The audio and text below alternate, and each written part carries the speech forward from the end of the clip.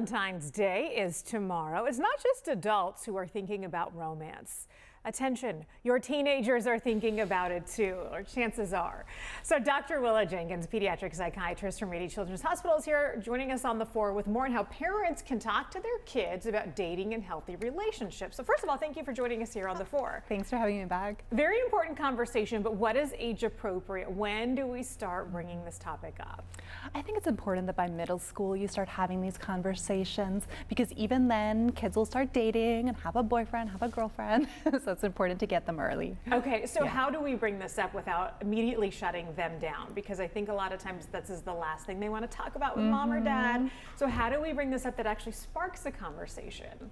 Well, I think it's key that you listen, and as much as parents, we get uncomfortable, so they sense how we're feeling. So try not to show your discomfort with the conversation, and be really open to what they're hearing about, and just talking to them about what healthy relationships look like. That can be a great place to start, as opposed to going right into birds and the bees and the sex conversation. I think that's really good advice, and trying to describe to, you know, a 13, 14, 15-year-old what a healthy relationship should look like.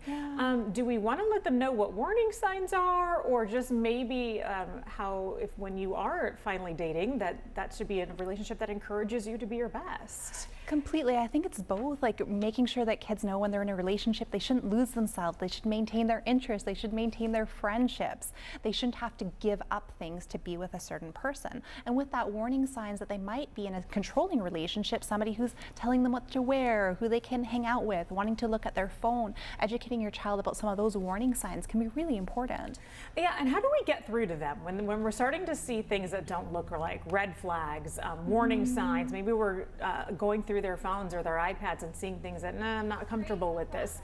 What is the best way to address that? Well, I think being mindful, sometimes stuff coming from a parent is going to be difficult. So if there's another trusted adult in their life, they might be more receptive to hearing some of the feedback from them, or from their friends or peers, asking what their friends think of the situation, what do they think of the person that you're with, can be a way to kind of get feedback that's not so directive, because the last thing you want to do is alienate your child. Teen relationships are so intense. You don't want to be too judgmental of their situation.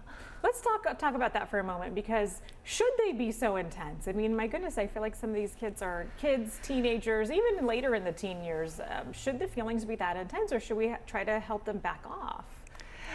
I mean, you can try. That's an excellent point. But I think for most teens, when it's a first relationship and a first love, it is an intense experience, and that's the way it's always been. And so parents sometimes make the mistake of minimizing it or kind of belittling their feelings or their relationships. And I think that gets parents into trouble, because then teens don't feel heard or understood. Yeah, they shut down on you, and it's hard to get them to start communicating again.